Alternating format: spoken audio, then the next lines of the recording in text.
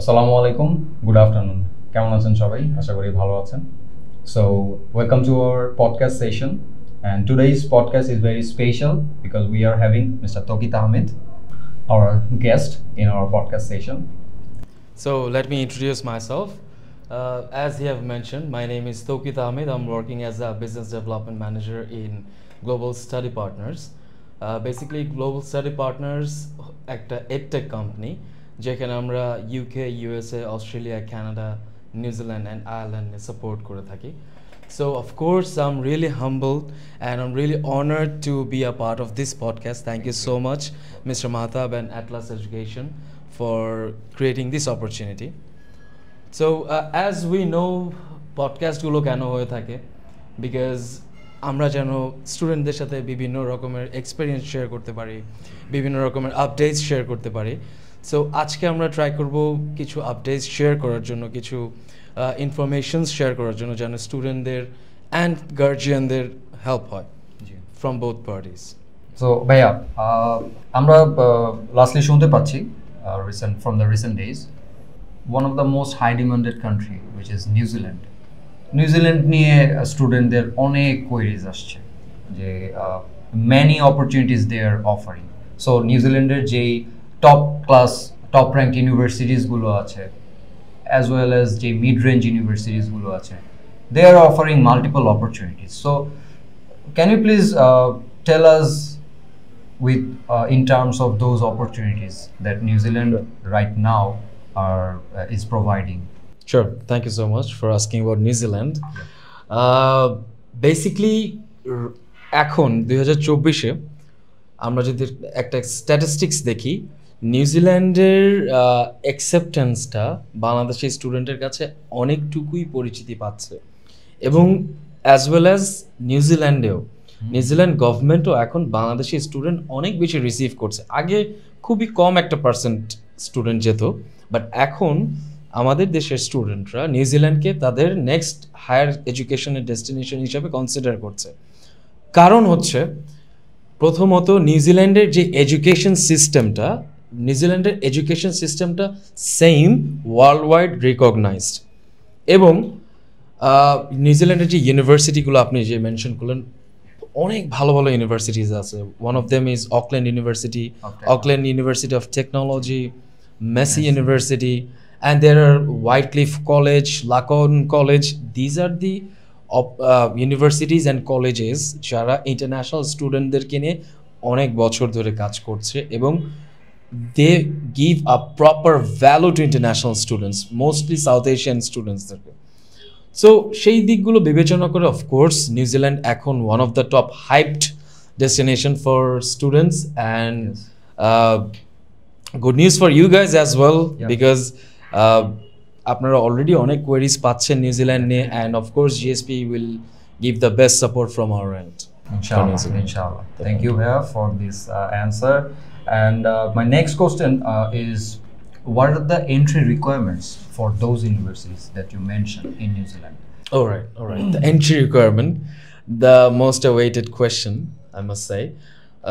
Basically, নিউজিল্যান্ডে আপনি পড়তে যেতে পারেন ব্যাচেলরের জন্য, মাস্টার্সের জন্য। সো ব্যাচেলরের মোস্টলি আপনার ইউনিভার্সিটিগুলো যেমন এইচএসসি, এসএসসি অ্যান্ড এইচএসসি, অথবা O levels and A levels, they require HSC Bangla ব্যাকগ্রাউন্ডের অ্যাটলিস্ট 4, মিনিমাম 4, অ্যান্ড আইএলস রিকোয়ারমেন্টটা overall 6, no band less than 6 for the bachelor. কিছু ইউনিভার্সিটি আছে যারা 6, নো ব্যান্ড লেস দেন 5.5ও নিচ্ছে।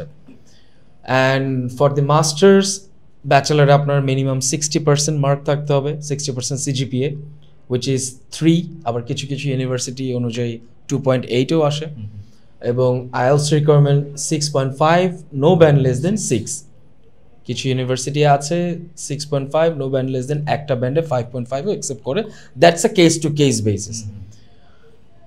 এখন চিন্তা করুন, যে ডিরেক্ট ব্যাচেলরে এন্ট্রি নিতে পারছে না, আনফর্চুনেটলি কোনো এক কারণে তার এইচএসসিতে খারাপ হয়ে এসছে অথবা আইএলসে খারাপ হয়ে এসছে, they can go for foundation leading to bachelor.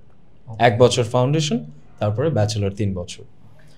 Same goes for masters. কেউ যদি ডিরেক্ট মাস্টার্সে এলিজিবল না হয়, এন্ট্রি রিকোয়ারমেন্ট কোথাও মিস হয়ে গিয়েছে, they can go for pre-masters leading to masters. So সেইখানের এন্ট্রি রিকোয়ারমেন্টটা আইএলটিএস একটু ফ্লেক্সিবল আছে। ফাউন্ডেশনের জন্য আপনি 5.5 নো লেস দেন 5.5 অথবা কিছু 5ও আছে দিয়ে প্রসেস করতে পারেন। প্রি মাস্টার্সে 6 নো লেস দেন 5.5 দিয়ে প্রসেস করতে পারেন, বাট এটা কেস টু কেস ভ্যারি করছে। সো এই ছিল হচ্ছে আপনার basic entry requirements. And if you think about the gap, New Zealand এখন 2021-এ কমপ্লিট করা এইচএসসি ব্যাচ যারা আছে তাদেরকে অ্যাকসেপ্ট করছে ফর ব্যাচেলার্স। অ্যান্ড মাস্টার্সের জন্য যদি কোনো student, it could be 10 years of gap, but proper gap explanation যদি থাকে, সে যদি ব্যাচেলারের পরে জব করেছে, তার স্যালারি ব্যাংকে ঢুকছে, এই বিষয়গুলো যদি ঠিক থাকে তাহলে definitely he can also apply.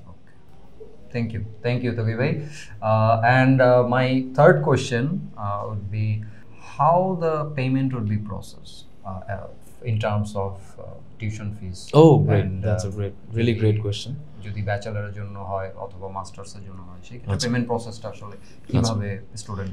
So the best part of New Zealand is, আপনি স্টেপটা হচ্ছে প্রথমে অ্যাপ্লাই করলেন, অফার লেটারটা আমি রিসিভ করলাম। অফার লেটারটা যদি আনকন্ডিশনাল অফার হয় তাহলে আপনি straight away you can apply for visa. So straight away আপনি ভিসার জন্য অ্যাপ্লাই করবেন, ভিসা অ্যাপ্লিকেশন ফিস যেটা আছে সেটা প্রোভাইড করলেন। ভিসা অ্যাপ্লাই করার পরে আপনাকে একটা প্রি ভিসা দিবে, উইচ ইজ মানে প্রি ডিসিশন। এই প্রি ডিসিশনটা পাওয়া মানে হচ্ছে এই প্রি ডিসিশনের কন্ডিশনই থাকবে যে now you have to make 1 year of tuition fees payment and health insurance. So আপনি যখন অলরেডি একটু প্রি ভিসা পেয়ে গিয়েছেন, মানে আপনি already 90% confirm your visa is done, so তারপরেই আপনি 1 বছরের টিউশন ফিসটা পে করতে হবে এবং হেলথ ইন্স্যুরেন্সটা পে করতে হবে, অ্যান্ড ইটস গুড টু গো। আপনি এটা পে করার সাথে সাথেই online visa, just like Australia and others যারা ই ভিসা দিচ্ছে, অনলাইনের মাধ্যমে আপনাকে ভিসা গ্র্যান্ট লেটারটা পাঠিয়ে দেওয়া হবে। So of course it's a very good opportunity. যেমন স্টুডেন্টের একটা বাজেট প্ল্যান থাকে, কখন পে করব, পে করার পর ভিসা না হলে আবার ওটা রিটার্ন করা, অনেকগুলো অ্যামাউন্ট দেখা যাচ্ছে যে মিস হয়ে যায়। সো নিউজিল্যান্ডের ক্ষেত্রে কি হচ্ছে, স্টুডেন্টরা অ্যাপ্লাই করছে, আনকন্ডিশনাল অফার পেলো, ভিসা অ্যাপ্লাই করলো, প্রি ভিসা পেয়ে গেলো, then they can make the payment and they can get their e-grant. Very smooth process. Thank you. Thank you, Bhaiya. My last question, Bhaiya. How student gonna process his or her bank statement or showing the bank solvency? সেইখানে কি সে নিজেই sponsor হতে পারবে অথবা তার বাবা মাকে sponsor হতে হবে? ওকে, সো স্পন্সরশিপের বিষয়টা হচ্ছে নিজে স্পন্সর হতে পারবে, বাট সেই ক্ষেত্রে জাস্টিফিকেশনটা খুবই মানে আপনার পার্সেন্টেজটা কমে আসে, বিকজ আপনি স্পন্সর, আপনিই পড়তে যাচ্ছেন, আপনি কিভাবে আপনার ফার্দার পেমেন্টগুলো করবেন? আপনি যদি বলেন যে আপনি কাজ করে সেখানে আপনার পেমেন্ট করবেন, that's not a proper way. So that's why আমরা অলওয়েজ সাজেস্ট করি, অ্যান্ড অলওয়েজ মানে একটা প্রপার ভিসা পাওয়ার জন্য যদি আপনি চিন্তা করেন, স্পন্সর ফার্স্ট ব্লাডের হতে হবে, ফার্স্ট ব্লাড স্পন্সর হতে হবে। অ্যান্ড ব্যাংকের যে বিষয়টা বলছেন সেটা হচ্ছে তার যেই 1 বছর tuition fees and living cost, এই বিষয়টা তার অ্যাটলিস্ট 6 months ম্যাচিওর থাকতে হবে। If it is for New Zealand, at least 6 months mature bank statement দিয়েই প্রসেসটা করতে হয়। কিছু কিছু ক্ষেত্রে 5 months is okay, but 6 months perfect. So আপনার যদি 6 months ব্যাংক স্টেটমেন্ট ম্যাচিওর থাকে, স্পন্সর রেগুলার ইনকাম ঠিক আছে, আপনি আনকন্ডিশনাল অফার হোল্ড করছেন, you are good to go. এটা একটা প্রপার ভিসা ফাইল হবে। ওকে, so thank you Toki Bhaiya for making this podcast very special and effective as well. And আমি বিশ্বাস করি যে আমাদের অডিয়েন্সরা এই পডকাস্টটা দেখে যারা নিউজিল্যান্ড কনসিডার করছেন রিসেন্ট টাইমে, তাদের জন্য অনেক ইফেক্টিভ হবে এই সেশনটা, and they gonna make their decision as soon as possible for the next intake. আর তকি ভাইকে আমি আবারও থ্যাঙ্কস জানাবো, বিকজ তকি ভাইয়া যে এই বিষয়গুলো আসলে ব্রেকডাউন করে বলেছে, এইটা আমাদের জন্য যেমন অনেক effective, plus same goes for the students as well. So ভালো থাকবেন সবাই, আমরা নেক্সট সেশন ইনশাআল্লাহ আমাদের দেখা হবে, অ্যান্ড ততদিন পর্যন্ত আসসালামু আলাইকুম, ভালো থাকবেন সবাই। Thank you everyone.